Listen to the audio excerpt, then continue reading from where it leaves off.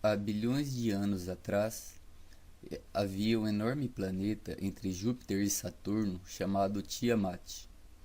Era um planeta completamente aquático e que teve seu fim com uma colisão com outro planeta maior ainda. Dos restos vagantes desse planeta, Tiamat, se formou o nosso querido e escravizado planeta Terra. Outra enorme colisão de um astro vagante no espaço com o nosso planeta Terra formou a Lua que temos hoje. Então vemos que planetas e civilizações inteiras vêm e vão nessas colisões milenares. E esses planetas ficam deformados por um grande tempo, mas o seu sistema de rotação e translação os recupera sua forma arredondada, tais como são todos eles. E dando continuidade à história, quando ocorreu o dilúvio na Terra, o que poderia ter tirado os oceanos e mares de suas posições? Não lhe parece uma boa pergunta? Deixando de lado a hipótese de que foi Deus, o que poderia ter acontecido? A Real Arca de Noé foi encontrada no Monte Ararat, na Turquia, a 4.000 metros de altura.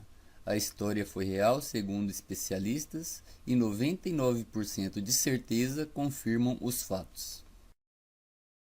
O exame carbono comprova a data de 4.800 anos atrás, batendo com a data citada na Bíblia. Como um navio de madeira tão grande estaria a 4.000 metros acima do nível do oceano? A verdadeira história do dilúvio e da criação do homem. Esse gigantesco planeta aqui é o Nibiru, o planeta X ou Hercólogos, pelos nomes de que é conhecido. Ele é 5 vezes maior que Júpiter e 1.590 vezes maior que o planeta Terra. É também o planeta dos deuses Anunnakis, ou reptilianos, criadores da raça Homo sapiens, o homem, uma raça híbrida, escrava de seu próprio DNA com primatas da época geneticamente modificados, na intenção de se explorar o ouro e as riquezas minerais aqui do nosso planeta. E ainda são estes que estão, até nos dias de hoje, governando secretamente o nosso planeta, através da elite humanizada, que se auto-intitulam puros sangues, descendentes dessa raça de répteis. Enlil, o Jesus da humanidade? Enki, o Satanás dos Anunnaki? Estudemos então o que se passou antes do nascimento do Império Sumério e o papel que esses dois deuses tiveram na história mundial. O que foi que realmente aconteceu no mito do dilúvio? Houve um certo tempo em que a Terra se encontrava em uma idade de gelo, e as placas do Ártico tinham se expandido de forma muito massiva. Os Anunnakis, ou reptilianos, vindos do planeta Nibiru, aqui moravam e visavam a exploração do ouro e de outros minerais aqui do nosso planeta. Eis que aqui já habitavam uma fauna e uma flora muito rica, hominídeos como os homens da caverna e os Igigi, uma raça diferente. Antes do grande dilúvio mundial, os Anunnakis empregaram o povo Igigi na extração do ouro. Mas aconteceu que apenas há 40 dias de esforço penoso, o povo Igigi se rebelou e forçou os Anunnakis a criar uma nova raça de hominídeos para trabalhar na extração do ouro, como escravos em seu lugar. Os homens da caverna eram muito primitivos e burros para atender às ordens dos reptilianos. Então, um desses Anunnakis, Enki, irmão de Enlil, fez cruzamento de seu próprio DNA com primatas da época, criando assim uma nova raça. Estamos falando de clonagem. Há bilhões de anos atrás, mesmo antes do nascimento do homem. Então teve surgimento de um ser muito grande e forte para trabalhar na mineração para eles.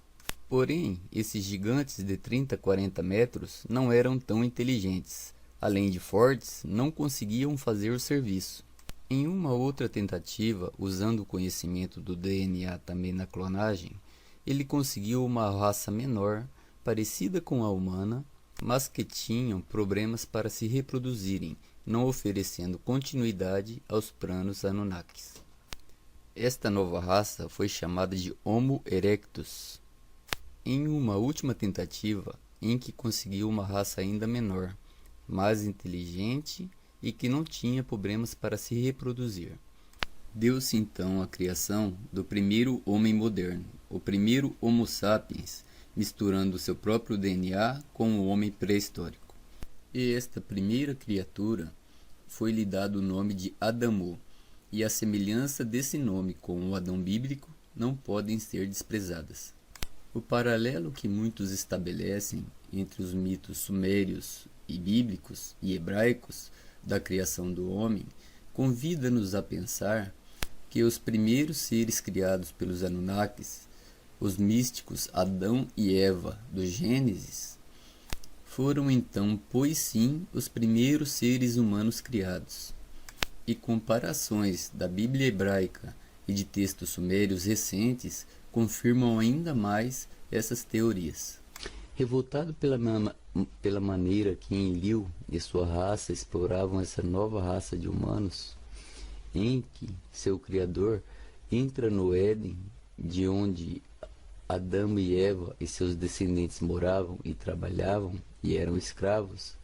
Ele conta toda a verdade do que eram os Anunnakis, o que faziam e o que queriam.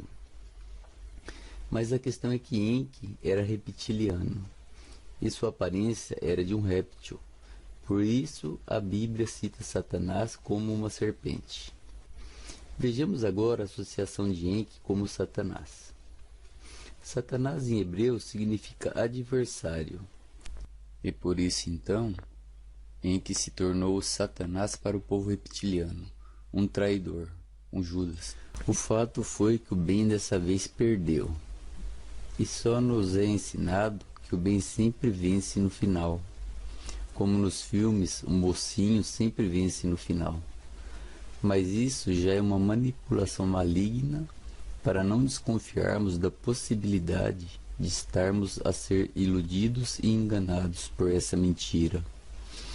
Se Enki quis nos salvar, então ele era inimigo, o Satanás, do sistema Anunnaki, não está certo?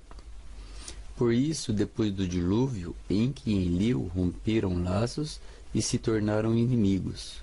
Por isso, quem prevaleceu, que é o Enlil, cita Enki como traidor e adversário, Satanás, que é igual adversário, como veremos mais à frente. Após muito tempo passado, a humanidade trabalhava escravizadamente na mineração Anunnaki. A Terra seria inundada por um dilúvio, e os répteis sabiam disso. Sabiam também que o planeta Nibiru, seu planeta natal, estaria passando perto da Terra e que isso causaria um enorme dilúvio devido ao seu tamanho, grandeza e magnetismo. Eles simplesmente poderiam montar em suas naves e voltar para o seu planeta. Mas o que aconteceria com os seres humanos da época? Houve então uma reunião entre os deuses Anunnakis e realizaram uma votação. E no final decidiram que nada fariam para salvar os humanos. Quando viesse essa inundação, o dilúvio, deixariam-se os homens por conta da própria sorte. Isso aborreceu muito a Enki. Por isso ele adverte o seu filho Zilsudra, que é o Noé bíblico, da inundação iminente e lhe dá instruções para que construísse uma arca e que nela levasse sua família e amigos e os animais que pudesse transportar na arca. Séculos após o dilúvio, já havia uma grande população de humanos puros e híbridos descendentes do filho de Enki. Eles retornaram e Enki, se opondo a seu irmão Enlil, criou uma grande cidade. Esta surgiu desde o princípio como uma grande civilização.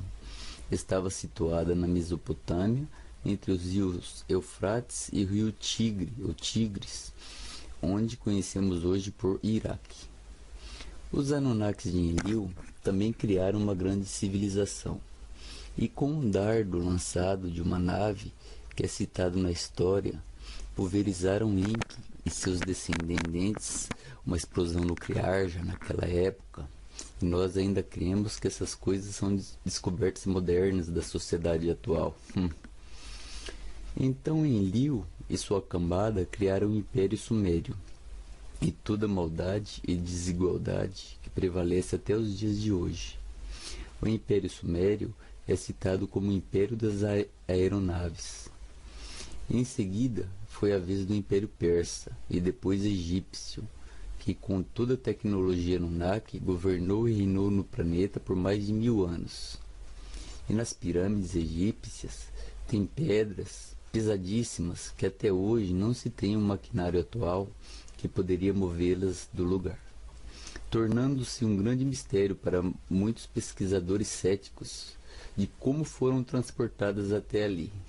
Mas como já vimos aqui, a nossa atual tecnologia não está nem perto de alcançar a tecnologia utilizada naquela época pelos Anunnakis. Outros impérios viriam depois dali, mas eles já sabiam como lidar e corromper a raça humana até os dias de hoje. A religião foi uma parte importante nesse domínio Anunnaki. Então, o que temos para 2013?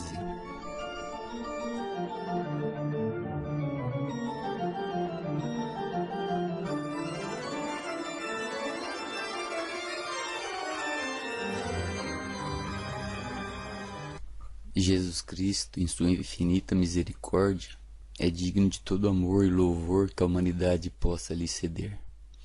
Duvidosos são aqueles que deixaram os ensinamentos dele e sobre ele para a gente. Não se influencie por impressão e essência. Já passamos tempo demais iludidos por falsas aparências. Nem adore o cão por isso também. Apenas pesquise. Melhor se manter neutro por enquanto. Diga não à religião até saberes a verdade que você aceita como real, e não que te impuseram, porque nem tudo que é bonitinho é bom, real e verdadeiro. Quando tratamos de Illuminatis, manipulação da elite às massas mal informadas, satanismo e religião, todo detalhe percebido é pouco. Tem que ir mais além do que isso, para não ser enganado. Tem que ter malícia. Agora, se você acreditar e tiver certeza, o que é muito improvável para mim e para você também, que a sua religião está certa, siga isso firmemente e não se influencie nem por mim e nem por ninguém, pois eu também busco a liberdade e o conhecimento. Veja só, acho que todos já ouviram falar pelo menos uma vez que o diabo na verdade é um anjo muito bonito, não é? Então por que ele é pintado como essa figura monstruosa que sempre vimos, e não pelo menos uma vez com esse rostinho meigo e sereno que Jesus Cristo tem em todas as pinturas? Desconfie, homem. Impressão e essência, é isso que eles querem que você pense, meu caro. Nessas duas imagens aqui, mesmo que você não soubesse nada de diabo e de Jesus, você ficaria com medo de uma delas, não é? Isso é impressão. É o que se mostra por fora ou aquilo que o autor da imagem quer que você pense. Já o real sentimento dos personagens aqui pode ser bem diferente do que parece. Isso é a essência, que geralmente está oculta da percepção. Só o nome Satanás já nos dá um frio na espinha, não é? Mais uma vez eu digo, Jesus é maravilhoso.